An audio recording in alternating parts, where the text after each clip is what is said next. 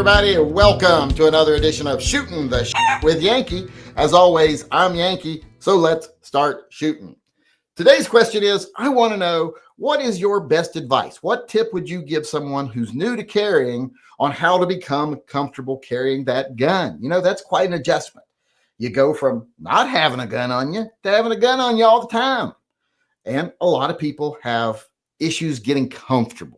Either they're afraid they're going to have a problem with it, it's going to go off, they're going to make a mistake, or people are going to notice it. You know, there's all kinds of reason that prevents people from actually carrying every day. You know, they'll try it for a day or two and then they stop. I think far more people who try to carry are unsuccessful in it than that are successful in doing it, that do it long term. That's why I think so few people carry. But a lot of us, you know, we've gotten advice in the past and we've given advice to people. And what is your best advice, like I said, to someone who's new to carrying to make them comfortable carrying a gun to where they aren't freaked out the whole time? I'll start us off as usual. I'll say it depends on what your issue is. If you're just afraid of the gun, then my advice to you is don't carry outside your house at first. Just carry when you're home. Put it in your holster.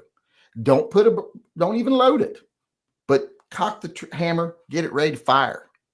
You know, if it's a 1911, carry it cocked and locked. If it's another gun, just carry it cocked, but unloaded, and carry it every day around your house all day. And every night when you go to bed, how many times have you accidentally pulled that trigger? You're probably going to see that it was none, that you never accidentally pulled the trigger. So then you're going to feel far more confident eventually in carrying it loaded, but not ready to go, you know, carrying it properly, because, you know, you're not going to have a negligent discharge. It's just unlikely. As long as you aren't fucking with the gun or anything like that. And I shouldn't have said the F word, but you're probably going to be okay.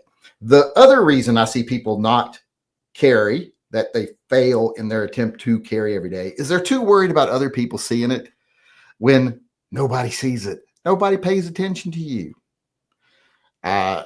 It's just this notion that, oh, everybody's looking at me, everybody's noticing what I'm doing. That's just not the case, unless there's something special about you. I don't know. Maybe you're dressed like a clown or something, but otherwise people aren't watching you. So keep that in mind. You are not the center of the universe. That would help a lot of people learn that they're not being scrutinized every day for what they're carrying. Most people don't even notice when I'm open carrying. They don't pay enough attention to me. Now, when I wear one of my cover shirts, I wear shirts that are interesting. They got cool patterns. They got, you know, cool characters on them. And that way, when people do notice me, they notice the shirt and they comment on the shirt and the pattern. And they don't even notice that there's a bump there. Plus, the pattern breaks it up. So, but normally, they're not going to notice you. So that's my best advice to someone who's new. Carry it at home for a long time and carry it in the most dangerous condition possible with no ammo and see how many times you pull that trigger. It'll be probably none. Or if you're worried about people seeing it, just get over yourself. Nobody thinks you're that interesting. And with that being said, let's get over here to what other people had to say. Gummy Wuzzle said, dry fire with snap caps. Check eye dominance. Yeah, dry firing is a good thing about practicing. I mean, getting comfortable using the gun would help you be comfortable carrying the gun, but I think that's a later stage thing, the snap cap training. But you can do that too, right from get-go. You get comfortable with your gun, well, then you're more comfortable carrying it. Sean Bain says, carry the way you feel comfortable with. Well, that's true too. You know, don't feel like I got to carry inside waistband appendix, because that's what all the tactitards, that's what all the operators online do. No, you carry how you're most comfortable. If it's outside waistband 4 o'clock, carry outside waistband 4 o'clock. If it's cross draw, carry cross draw. If it's in a sling, carry in a sling. If it's in a fanny pack, carry in a fanny pack. Whatever makes you most comfortable. Heavy J said, good holster, great belt, and undershirts. Yeah, that is good advice. And that's takes care of the comfort side of it. A lot of people fail when they carry because they're just like, this is just uncomfortable. I don't like it. It's, you know, because then like maybe part of it is because they carry a way they think they're supposed to. When, you know, carrying a sling pack with a holster. I want a new sling holster. I don't have one, but I see there's a lot of new ones out. Something like that make life a lot easier. So being comfortable, actually physically comfortable, not emotionally or mentally comfortable with it, just physically comfortable, would make a lot more people more successful in their endeavor to start carrying every day. Go Shadow. Start with a good, comfortable holster. Start wearing it at home. Make sure it works when sitting and walking. Then advance in wearing it into town. Yes, that's more along the comfort side. I didn't cover the comfort side at all, the physical comfort side in my answer. So I'm glad to see some people covering it in their answers, because that is one of the reasons that I hear from a lot of people who don't carry that you would think would. They're like, it's just too much of a hassle. It's uncomfortable. You know, how likely am I to need it? So I just don't go. I don't carry it because it's not comfortable. There's ways to carry your gun. You won't even know you're carrying it after a while. You just got to get that set for you. Gummy Wuzzle said, watch Yankees vids and like them all. Very helpful. Nobody watches my vids anymore. YouTube don't even let them. Practical Bacon. And I wouldn't encourage anybody to watch all of them, because I hate to break it to you, 95% of my videos are garbage. So I mean, a lot of them are very self-indulgent. Yeah, like they're only interesting to me and maybe 10 other people.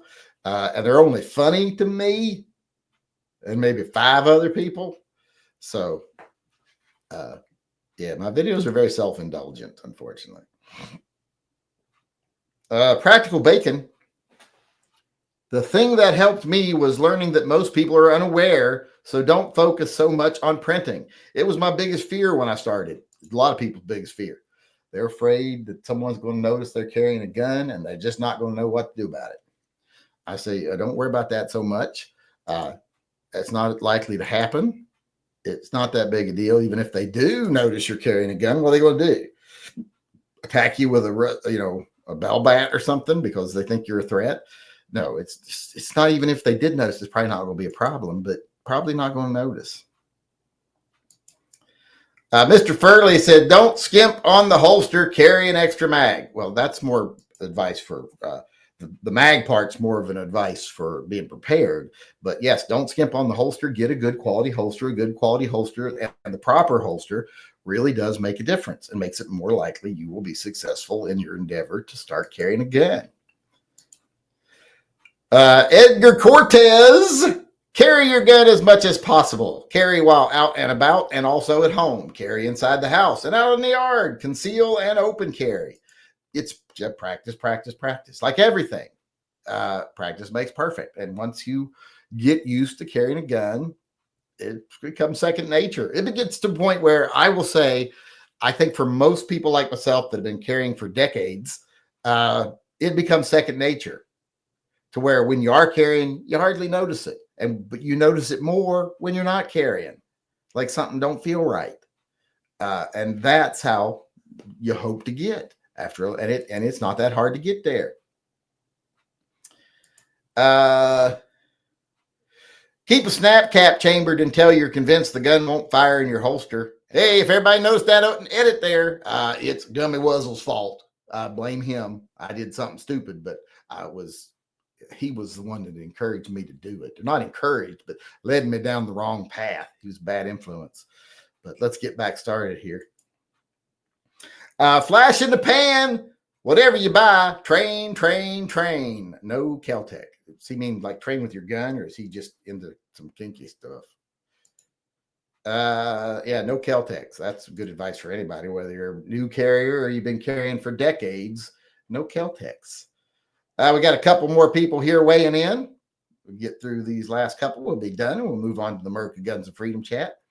Johnny Mandrick says, don't worry about printing. Most people won't notice, and practice not touching it when carrying. Yeah, that's another thing. Don't be constantly adjusting it. Although it's not a big deal if you do.